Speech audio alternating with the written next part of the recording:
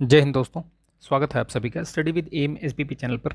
दोस्तों, ये जो टॉप 30 वाली सीरीज चल रही थी उसका ये 16वां वीडियो है। ठीक है, तो इसके पहले के जो 15 वीडियोस हैं उसको अगर आपने नहीं देखा है तो देख लीजिए। बहुत महत्वपूर्ण महत्वपूर्ण प्रश्न करवाए हैं मैंने। उसी में जनरल हिंदी का भी पेपर मैंने करवाया है, 3-4 पार्ट उसके भी आ चुके हैं, उसको भी देख लीजिए। बहुत महत्वपूर्ण है।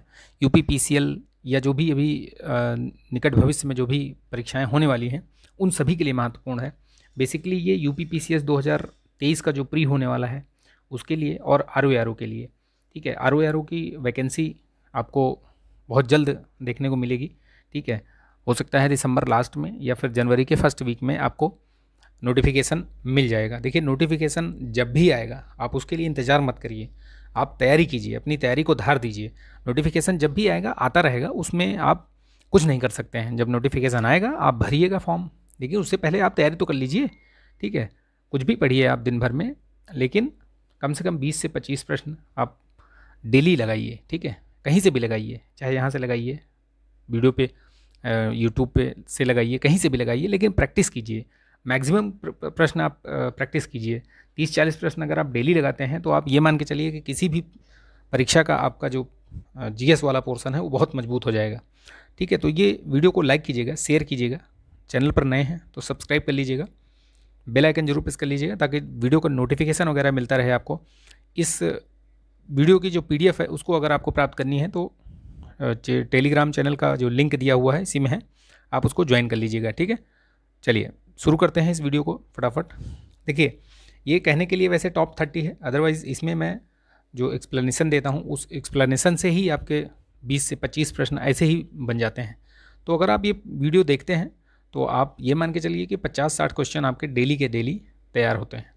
तो देखिए, इसको कमेंट कीजिएगा कितने प्रश्न आपके सही हो रहे हैं और कैसा है इसका स्टैंडर्ड, कैसा है, अच्छा लग रहा है, बुरा लग रहा है, थोड़ा कमेंट किया करिए आप लोग और लाइक कर दीजिए करिए। ठीक है, लाइक करने से थोड़ा सा हमारा मोटिवेशन बढ़ जाता है। ठीक है, चलिए देखते हैं पहला प्रश्न क्या है। करंट अफेयर्स से है। देखिए, मई 2022 में किसके द्वारा बालिका सशक्तिकरण मिशन की शुरुआत की गई थी? तो महत्वपूर्ण है। देखिए, ये एनटीपीसी द्वारा शुरू किया गया था। ठीक है, तो एनटीपीसी द्वारा शुरू किया गया था। एनटीपीसी क्या है? एनटीपीसी, ओएनजीसी, गेल, सेल, ये सब क्या है? ये सब पीएसयूज़ हैं। ठीक है, पब्लिक सेक्टर अंडरटेकिंग जिसको बोलते हो आप लोग ना, वो हैं ये पब्लिक सेक्टर पीएसयूज़। ठीक है, तो आप इसको, इसके जितने भी इस टाइप के हैं, चाहे एनटीपीसी हो गया, ये आपका गेल हो गया, सेल हो गया, ओएनजीसी, इन सब के हेडक्वार्टर्स वगैरह भी ध्यान रखिए। और जो करंट में अगर इसके कोई सीएमडी या चेयरमैन वगैरह मतलब चेंज हो रहे हैं उनका नाम भी याद रखिए। ठीक है, जैसे अब इसमें एनटीपीसी के अभी गुरदीप सिंह हैं सीएमडी। ठीक है, इसकी स्थापना 1975 में हुई थी, ये भी ध्यान रखिएगा। एडिशनल जो है वो जानकारी रखिए। ओएनजीसी इसी के साथ है। ठीक है, oil and natural gas corporation limited, तो वो भी याद रखिएगा। ठीक है, तो इसमें क्या है, ये गैस वगैरह के लिए ये सब काम ये सब करते हैं, ऑयल एंड गैसेस के लिए। ये 1956 में इसकी स्थापना हुई थी। ठीक है, इसके जो अभी हैं सीएमडी राजेश कुमार श्रीवास्तव। ठीक, गेल आप याद रखिएगा, ये 1984 में, और सेल भी जो है वो 1973 में। और इन सब का हेडक्वार्टर जो चारों लिखे हुए हैं, इनका सबका हेडक्वार्टर कहाँ पे है? न्यू दिल्ली में, दिल्ली में। तो याद रखिएगा। ठीक है, ये इतनी जानकारी आपको पता रहनी चाहिए। ठीक है, कई बार मैचिंग में आ जाता है, एंड कम से कम इनका जो हेडक्वार्टर है वो ज़रूर पूछ लिया जाता है, तो वो चीज़ ध्यान रखिएगा। ठीक है, चलिए, हाल ही में आरबीआई द्वारा फीचर फ़ोन के लिए किस नाम से यूपीआई आधारित पेमेंट प्रोडक्ट लॉन्च किया गया है? देखिए, यूपीआई, ये जो फीचर फ़ोन होता है, फीचर फ़ोन कौन सा फ़ोन है? जो आपने बेसिक फ़ोन देखे होंगे, आपने देखे होंगे पहले यही वाले फ़ोन आते थे ना, बेसिक फ़ोन। तो वो वाले फ़ोन के लिए उस फ़ोन से भी आप यूपीआई कर सकते हैं। ऐसी सुविधा लेकर आया है आरबीआई और ये बहुत अच्छी सुविधा है। ठीक है, इसमें जो है यूपीआई 123 पे करके है। ये अगर आप डालेंगे इस पर फिर एक एसएमएस आएगा, ऐसे कुछ करके है, उसमें पूरा प्रोसीजर है और इसकी लिमिट है, लेकिन इसमें शायद 2000 रुपये तक ही है बस। ठीक है, इसको आप कर सकते हैं। तो ये मतलब काफ़ी अच्छा इनिशिएटिव है आरबीआई का। ठीक है, और आरबीआई के बारे में जान लीजिए थोड़ा सा। इसकी स्थापना, ये मतलब सेंट्रल बोलते हैं ना, सरकार का बैंक है ये एक तरीके से, और इसको बैंकों का बैंक भी बोलते हैं। ठीक है, बैंकों का बैंक, एक चीज़ ये है, क्योंकि बैंक इसी के द्वारा जो है वो ऋण वगैरह लेते हैं इसी से। ठीक, ये मॉनेटरी पॉलिसी वगैरह भी जारी करता है। तो आप बताइए कि कमेंट में कि जो मॉनेटरी पॉलिसी जारी करता है ये वो कितने महीने के अंतराल पे जारी करता है, क्वार्टरली या ईयरली, 6 मंथली, कैसे जो करता है वो बताइएगा आप, ठीक है। तो ये हो गया। और ये इसकी स्थापना कब हुई थी, तो 1 अप्रैल, यह भी याद रखिएगा 1935, आरबीआई एक्ट 1934 के अंडर में, ठीक है। इनिशियली जब ये इसकी जो इस्टेब्लिशमेंट हुई थी वो कोलकाता में हुई थी, ठीक है, लेकिन ये अभी फ़िलहाल इसका जो हेडक्वार्टर है वो कहाँ पे है, मुंबई में है। तो याद रखिएगा, ये भी पूछा जाता है, ये मैचिंग में भी आ जाता है, ठीक। इसके अभी करंट जो गवर्नर हैं कौन है, शक्तिकांत दास हैं, तो उनका नाम भी ध्यान रखिएगा, ठीक। आप कमेंट करके बताइएगा, ये भी एक प्रश्न है कि कौन से नंबर के गवर्नर हैं वो। हाल ही में मुख्यमंत्री किस प्रदेश के मुख्यमंत्री को चैंपियन ऑफ चेंज अवार्ड दिया गया है, ठीक है। बताइए इसमें से कि कौन से मुख्यमंत्री, किस प्रदेश के मुख्यमंत्री को दिया गया। देखिए इसमें से बेसिकली वो ऑप्शन भी नहीं है थोड़ा ये ऑप्शन टाइपिंग में गड़बड़ हो गया। उत्तर प्रदेश, राजस्थान, महाराष्ट्र, उड़ीसा, ये कहीं कोई भी नहीं है ऑप्शन में। करेक्ट ऑप्शन है मध्य प्रदेश, ठीक है, मध्य प्रदेश। तो मध्य प्रदेश के मुख्यमंत्री का नाम बताइए आप कमेंट करके कि कौन है, ठीक है। मैं बता दे रहा हूँ, आप कमेंट कीजिएगा कि कौन है इस समय। उत्तर प्रदेश का आपको पता है योगी आदित्यनाथ जी हैं। राजस्थान में अशोक गहलोत की सरकार है, ठीक है, मतलब कांग्रेस की सरकार है, वो मुख्यमंत्री हैं। बेसिकली महाराष्ट्र में एकनाथ शिंदे हैं, ठीक, और उड़ीसा में नवीन पटनायक। तो ये चीज़ याद रखिएगा। बेसिकली जो स्टेट हैं उनकी जो कैपिटल है, कैपिटल और उनके जो में 3 चीज़ याद रखिए। जैसे स्टेट जितने भी हैं वो स्टेट का नाम और ये सब पता होना चाहिए, कितने स्टेट और कितने यूटीज़ हैं वो पता होना चाहिए आपको, ठीक है, इतने स्टेट इतने यूटीज़, प्लस उसके उनकी कैपिटल ज़रूर याद रखिएगा। कैपिटल वनडे एग्जाम्स वगैरह में पूछा जाता है, तो वो ध्यान रखिएगा। नहीं तो कई बार होता है कि हम मतलब बहुत हल्के में ले लेते हैं, तो वो पता ही नहीं चलता ठीक है तो ध्यान रखिएगा। तो अभी कौन है ये मध्य प्रदेश के चौहान साहब हैं, शिवराज सिंह चौहान, ठीक, नाम याद रखिएगा। चलिए देखते हैं नेक्स्ट क्या है। तो इनका नाम याद रखिए, बहुत महत्वपूर्ण है ये जो दिया गया है चैंपियन ऑफ चेंज अवार्ड 2021 के लिए, ठीक, मध्य प्रदेश। इसमें ऑप्शन गलत हैं, ये सारे गलत हैं। मध्य प्रदेश, एमपी के मुख्यमंत्री याद रखिएगा, ठीक, शिवराज सिंह चौहान को दिया गया है। जनजातीय गौरव दिवस कब मनाया गया था, तो जनजातीय गौरव दिवस 15 नवंबर को मनाया गया था। और ये किसके जन्म दिवस पे मनाया गया था, कब से मनाया जा रहा है, ये 2021 से ही शुरुआत हुई, तो ये दूसरा था संस्करण। और ये क्यों मनाया जाता है, ये बेसिकली जो बिरसा मुंडा थे, आदिवासी नेता कहे जाते हैं, स्वतंत्रता संग्राम में इन्होंने बहुत मतलब आदिवासियों के जो उनके अधिकार थे उसके लिए इन्होंने बहुत आवाज़ उठाई। और ब्रिटिशर्स और अन्य जो वहाँ पे, ब्रिटिशर्स कह सकते हैं डायरेक्ट मतलब नहीं, लेकिन यह है कि उनके खिलाफ भी, और प्लस जो वहाँ के वो थे बड़े बड़े जमींदार और ये सब थे ना, उनके सब के खिलाफ। तो जल, जंगल, ज़मीन, ये तीनों चीज़ के लिए मतलब आदिवासियों के अधिकारों की बात के लिए इन्होंने पूरा जागरूक किया उनको। और ये इनको आदिवासी में धरती आबा के नाम से जाना जाता है, भगवान के रूप में पूजा जाता है इनको। तो इनका याद रखिएगा, ठीक, धरती आबा करके इनको, इनका जो वो है ना धरती आबा, ठीक, ये पूछा गया है इसलिए। और ये बिरसा मुंडा आंदोलन चला था, आप याद रखिएगा वो चीज़ भी, जिसे उलगुलान वो आंदोलन भी कहा जाता है, तो वो याद रखिएगा। 1899 के आसपास था वो, ठीक है, उसका ये भी क्रोनोलॉजी में पूछा जाता है। ये सब चीज़ें एक्स्ट्रा इसीलिए हैं कि ये याद रखिए आप। अगर पता है तो ठीक है, आपका रिवीजन हो जाएगा, नहीं पता तो इन चीज़ों को लिख लीजिएगा, ठीक है। चलिए देखिए, वर्ल्ड इकोनॉमिक फोरम द्वारा जारी ग्लोबल जेंडर गैप रिपोर्ट। सबसे पहली बात तो ये याद रखिएगा, आजकल पैटर्न ऐसे चेंज कर दे रहा है कि आपको रिपोर्ट का नाम दे देता है और पूछता है कि ये किस संस्था ने जारी किया है, ठीक है, और उसकी मैचिंग में दे देता है, मैचिंग में आ जाता है वो, एक तरफ संस्था दे देगा, एक तरफ रिपोर्ट्स, अब आप मैच करिए उसको। तो याद रखिएगा कि वर्ल्ड इकोनॉमिक फोरम ये ग्लोबल जेंडर गैप रिपोर्ट याद रखता है, मतलब ये याद रखिएगा रिपोर्ट।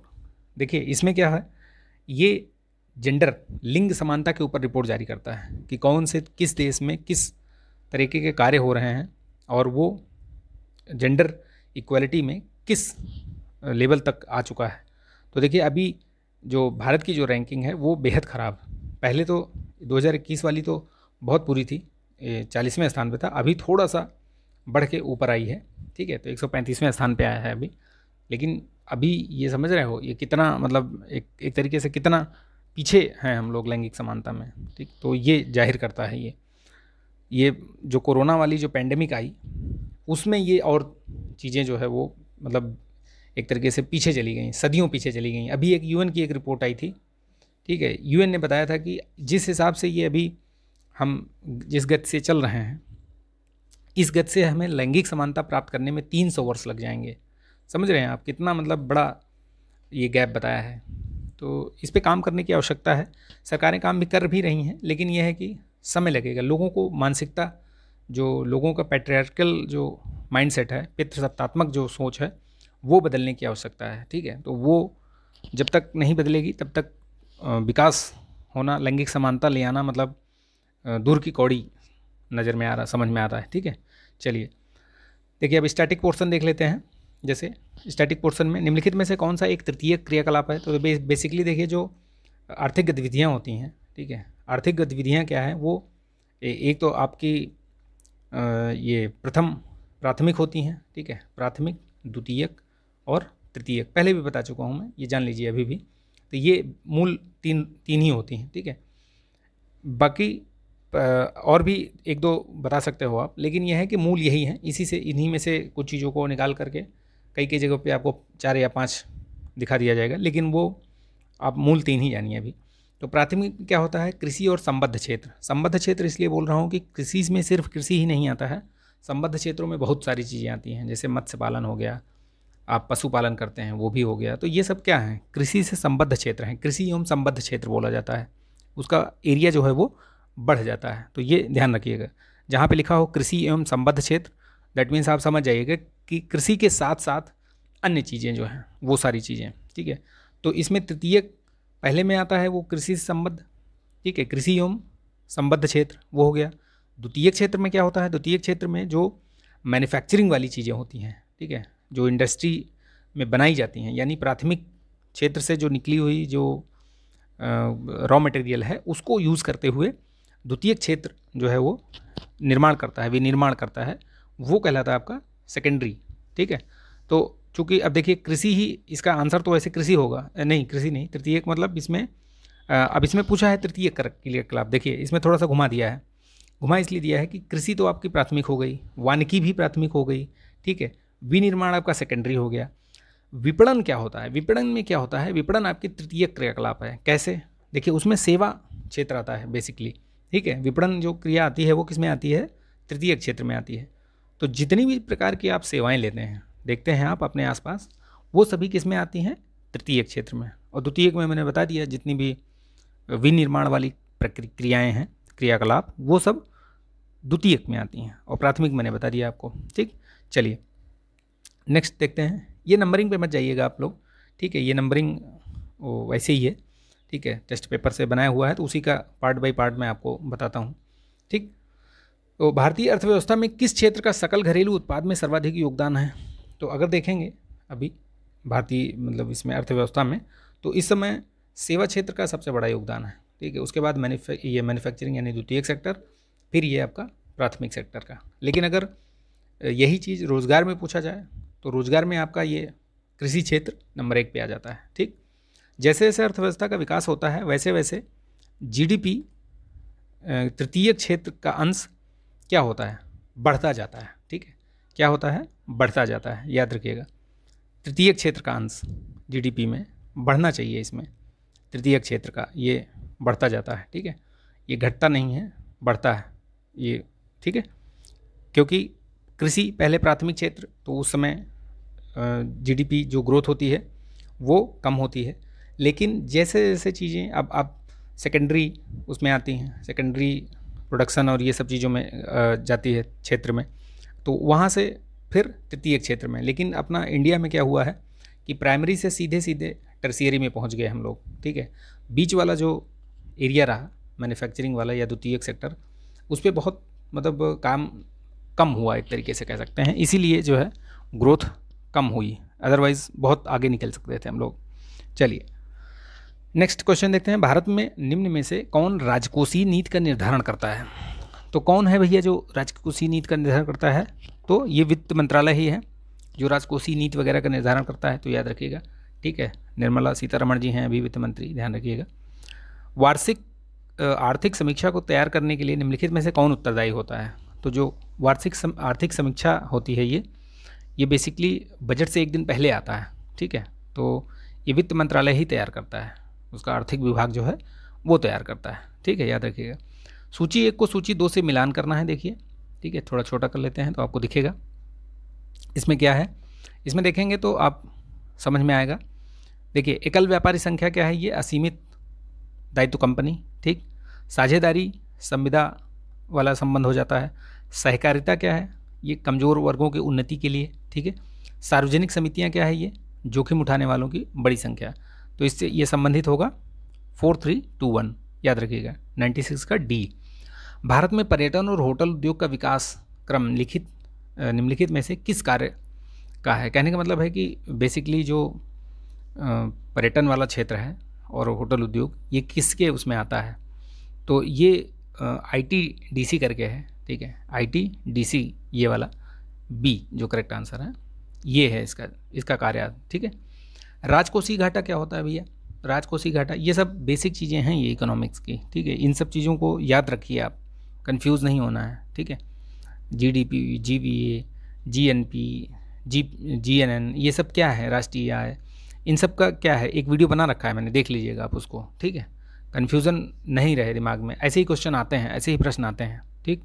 चलिए, कुल व्यय, राजकोषीय घाटा क्या होता है? कुल व्यय जो राजस्व प्राप्तियों की वसूली प्लस विनिवेश, ठीक है। तो वो ये चीज़ होती है, याद रखना, ठीक है। कुल व्यय क्या है? राजस्व घाटे से तात्पर्य राजस्व प्राप्तियाँ, ऋणों की वसूली प्लस विनिवेश से प्राप्त राशियाँ, ठीक है। 99 में क्या है? यदि सकल राजकोषीय घाटे में से, जो सकल राजकोषीय घाटा है उसमें ब्याज भुगतान को निकाल दिया जाए तो क्या होगा? तो उसमें प्राथमिक घाटा मिलेगा, ठीक है। जो ऊपर हमने देखा राजकोषीय घाटा, उसमें से ब्याज अदायगी अगर माइनस कर देंगे तो सकल प्राथमिक घाटा आ जाएगा, ठीक है। सकल प्राथमिक घाटा या प्राथमिक घाटा कह सकते हैं उसको। BIFR का संबंध किससे है? ठीक है, तो ये एक संस्था थी, ये एक तरीके से, ठीक है, ये बेसिकली बनाई गई थी रुग्ण इकाइयों के पुनर्निर्माण एवं वित्तीय संस्था से, ठीक है। 1987 में शायद बनी थी ये एक बार देख लीजिएगा, ठीक है। संयुक्त राष्ट्र मानव सूचकांक किसके द्वारा विकसित किया गया था? तो सबसे पहले ये महबूब उल हक थे, ठीक है, इन्हीं के द्वारा ये विकसित किया गया था। तो इनका नाम याद रखिएगा, पाकिस्तान के हैं। निम्न में से कौन सा मानव विकास सूचकांक में शामिल नहीं है? तो इनमें से कौन सा नहीं है मानव विकास सूचकांक में? देखिए, इसमें बेसिकली जो मानव विकास रिपोर्ट है ये 1990 में ये प्रकाशित हुई थी, ठीक है। कब प्रकाशित हुई थी पहली बार? 1990 में। इसमें 3 जो इंडिकेटर्स हैं वो यूज़ किए जाते हैं। तो कौन कौन से इंडिकेटर हैं? तो एक तो होता है ये लाइफ एक्सपेक्टेंसी जो होती है, जीवन प्रत्याशा जिसको बोलते हैं। फिर एक होता है शिक्षा का स्तर, ठीक है। फिर एक होता है जीवन का स्तर। तो ये हो गया, ठीक है, एक लाइफ इसमें ये आ गया, ठीक है। और प्रौढ़ साक्षरता उसमें नहीं आता है, तो वो चीज़ याद रखिएगा, ठीक है। मानव विकास सूचकांक 2022 में भारत को कौन सा स्थान प्राप्त हुआ है?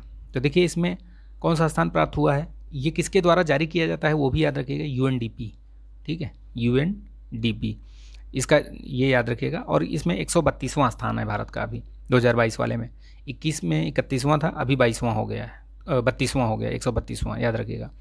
निम्नलिखित में से किसने सकल राष्ट्रीय सुख को प्रगति के सूचक चुना है?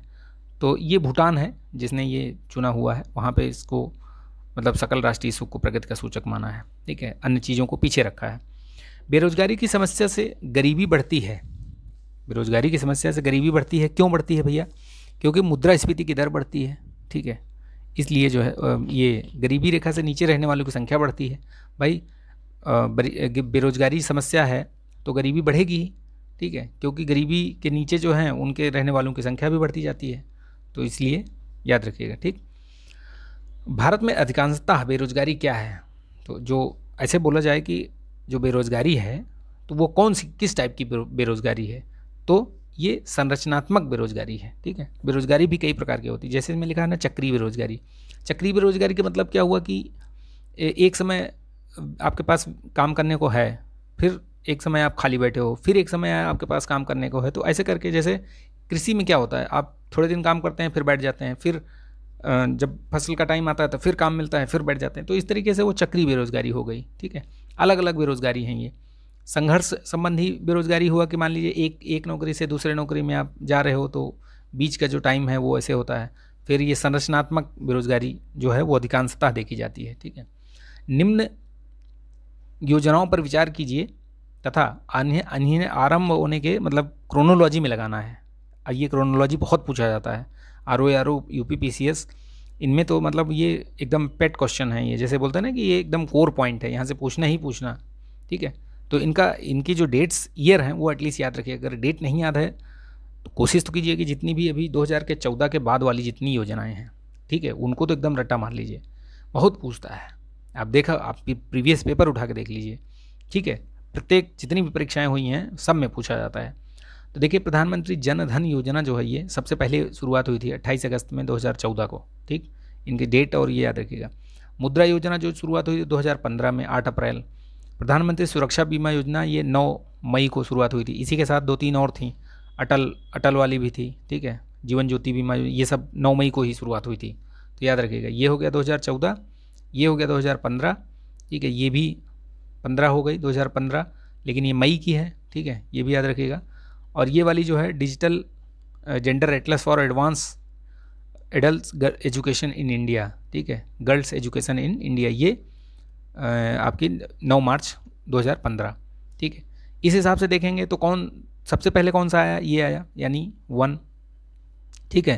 फिर ये आपका अप्रैल वाली हो गई 2, ठीक है। फिर ये हो गई मई वाली 9 मई को 3। तो 1 2 3 4 जो लिखा है 1 2 3 4 ये सी, इसका करेक्ट ऑप्शन होगा सी, याद रखिएगा, ठीक है, डेट्स याद रखिएगा। अगला देखिए फिर वही दिया हुआ है, इसमें बताना है, तो ये भी देख लीजिए। इसमें मेक इन इंडिया, इसकी शुरुआत कब हुई थी, ये सब 2014 वाली ही हैं ये सब, ठीक है। तो ये भी 2014 में शुरुआत हुई थी। सुकन्या समृद्धि योजना ये 15 में हुई थी, 2015 में, ठीक है, डेट भी बता दूंगा मैं। अटल पेंशन योजना मैंने अभी बताया था ऊपर आपको, ये 9 मई 2015 को, ठीक, याद रखिएगा। आगे इसमें प्रधानमंत्री जन धन योजना अभी ऊपर बताया ही मैंने, 28 अगस्त 2014, ठीक। तो ये देखिए सबसे पहले जो आया वो 28 अगस्त 2014, यानी कि 4 नंबर इसमें ऊपर आ जाएगा, ठीक। तो 4 नंबर देखिए है इसमें कहीं, 4 नंबर इसमें है नहीं कहीं, यानी इसमें ऑप्शन ही गलत है, ठीक। सबसे पहले जो शुरुआत हुई है वो 28 अगस्त यही शुरुआत हुई है, तो ये इसमें 4 पहले आना चाहिए था, 4, ठीक है। फिर उसके बाद ये मेक इन इंडिया 1, ठीक है। फिर ये सुकन्या समृद्धि, क्योंकि नहीं ये वाली अटल पेंशन ये 22 जून को हुई थी और ये 9 मई की हुई थी 2015 में ही। तो 4 1 3 2 ये करेक्ट ऑप्शन होगा, ठीक है, 4 1 3 2, याद रखिएगा इस चीज़ को, ठीक। चलिए नेक्स्ट देखते हैं क्वेश्चन। निम्नलिखित में से कौन सा एक बेरोजगारी के लिए उत्तरदायी नहीं है। तीव्र जनसंख्या वृद्धि बिल्कुल है, कौशल का अभाव बिल्कुल है, जन शक्ति नियोजन का अभाव ये भी है, ठीक है। सिर्फ प्रति व्यक्ति आय जो अगर वो बढ़ेगी तो वो मतलब वो गरीबी के लिए, बेरोजगारी के लिए उत्तरदायी नहीं है, ठीक है, बेसिकली बाकी सब है, ठीक। छिपी हुई बेरोजगारी से क्या तात्पर्य है। छिपी हुई बेरोजगारी से क्या तात्पर्य है कि जो कार्य किसी, जैसे होता है ना कि एक आदमी किसी कार्य को कर सकता है, उसी में 10 आदमी लगे हुए हैं लेकिन आउटपुट उतना ही है, तो फिर उसको प्रच्छन्न बेरोजगारी कहते हैं। कृषि क्षेत्र में आप ये अक्सर देखते हैं, ठीक है, तो कृषि क्षेत्र में ऐसी ही बेरोजगारी देखने को मिलती है, डी होगा इसका आंसर, ठीक है। प्रधानमंत्री जन धन योजना किसके लिए प्रारंभ की गई, तो किसके लिए प्रारंभ की गई, ये बेसिकली जन धन योजना जो है वो जो वित्तीय समावेशन को बढ़ावा देने के लिए, ये चीज़ याद रखिएगा, वित्तीय समावेशन को बढ़ावा देने के लिए, देश में वित्तीय समावेशन को प्रोत्साहित करने के लिए, ठीक। तो इसका सी होगा करेक्ट आंसर। निम्नलिखित में से कौन सा कथन प्रधानमंत्री सुरक्षा बीमा योजना के बारे में सत्य नहीं है, पूछा है। जो प्रश्न है उसको बहुत अच्छे तरीके से पढ़िएगा, कई बार है और नहीं है के चक्कर में प्रश्न आता हुआ प्रश्न गलत हो जाता है। लिखा है नहीं है, आपने ठक से मार दिया है तो गलत हो गया, ठीक है, फिर बाद में पछताने से कोई फ़ायदा नहीं। इसलिए प्रश्न को पढ़िए, 4-5 सेकंड दे दीजिए उसको, ठीक है, गलत ना होने पाए, एटलीस्ट पढ़ लीजिए उसको, अंडरलाइन कर लीजिए, गोला मार दीजिए उस पर कि नहीं है या है, क्या पूछा है, वहाँ पे ज़रूर की पॉइंट्स जितने भी हैं वो वहाँ पे ज़रूर आप इसको राउंड कर दिया करिए, ठीक है। तो उससे क्या होगा कि आपको गलत नहीं होगा, नहीं तो मेरे साथ हुआ है ये चीज़, इसलिए बता रहा हूँ। इसमें पूछा है सत्य नहीं है, तो ये 18 से 40 वर्ष बेसिकली होना चाहिए ये, ठीक है, इसीलिए ये गलत है, बाकी ये सब सही है। चलिए नेक्स्ट देखते हैं। अटल पेंशन योजना के बारे में पूछा है इसमें कि कौन सा मतलब सही है, ठीक है। तो देखिए 3 कथन दिए हुए हैं, पढ़ लीजिए इसमें। तो इसमें तीनों कथन पढ़ने के बाद आपको समझ में आएगा कि क्या चीज़ इसमें सही है क्या गलत है। तो सही पूछा है तो 1 और 3 सही हैं, ठीक है। दूसरा वाला गलत है इसमें कि केवल परिवार का केवल एक ही व्यक्ति इस योजना में शामिल हो सकता है, ऐसा नहीं है, पूरा परिवार शामिल हो सकता है, ठीक है। डिजिटल साक्षरता के माध्यम से महिलाओं को सशक्त बनाने हेतु निम्नलिखित में से कौन सा कार्यक्रम शुरुआत किया गया है? इसमें से ये जो कार्यक्रम दिए हुए हैं दिशा, रोशनी, स्वावलंबन, तो कौन सा है ये डिजिटल साक्षरता के माध्यम से, ठीक है। तो इसमें जो डिजिटल वाला है ये दिशा वाला कार्यक्रम है, याद रखिएगा, ठीक है, दिशा कार्यक्रम। स्वाधार योजना ये किससे संबंधित है? स्वाधार योजना किससे संबंधित है? तो ये कठिन परिस्थितियों में ये मतलब महिलाओं से रिलेटेड है, ये उनकी सहायता के लिए है। तो ये आज के टॉप 30 क्वेश्चंस ये थे, ठीक है। आई होप ये आपको क्वेश्चंस मतलब समझ में आए होंगे, अच्छे लगे होंगे। आप कमेंट कीजिएगा कि आपके कितने प्रश्न इससे सही हुए हैं, ये आपका सेल्फ इवैल्यूएशन होगा, ठीक है। अगर आपके इस टॉप 30 में अगर आपके 20+ क्वेश्चन सही हो रहे हैं, ठीक है, तो ये मान के चलिए कि आपकी तैयारी ठीक चल रही है। अगर 20 से नीचे हैं तो थोड़ा सा आपको मेहनत करने की ज़रूरत है। और मैंने बताया है कि किस तरीके से रिवीजन करना है, चीज़ों को रिवाइज़ कैसे करना है। रिवाइज़ तभी होगा जब आप चीज़ों को बार बार अपने आँखों के सामने से गुजारेंगे। कोई भी होगा व्यक्ति, वो अगर रिवीजन नहीं करता है तो कोई भी हो, चाहे मैं हूँ, चाहे आप हो या कोई भी हो, लेट इट बी एनीवन, वो आपको याद नहीं होगा, भूल जाएंगे आप। बहुत ही इक्का दुक्का कोई ऐसा व्यक्ति होगा जो एक बार पढ़ लिया तो ताउम्र नहीं भूलेगा, ऐसा बहुत कम ही होता है। सिलेबस इतना वास्ट है कि चीज़ों को याद कर पाना बड़ा मुश्किल है, इसलिए रिवीजन रिवीजन रिवीजन, ठीक। चलिए मिलेंगे नेक्स्ट वीडियो में, तब तक के लिए अपना ध्यान रखिए, स्वस्थ रहिए, मस्त रहिए, बिंदास रहिए। जय हिंद।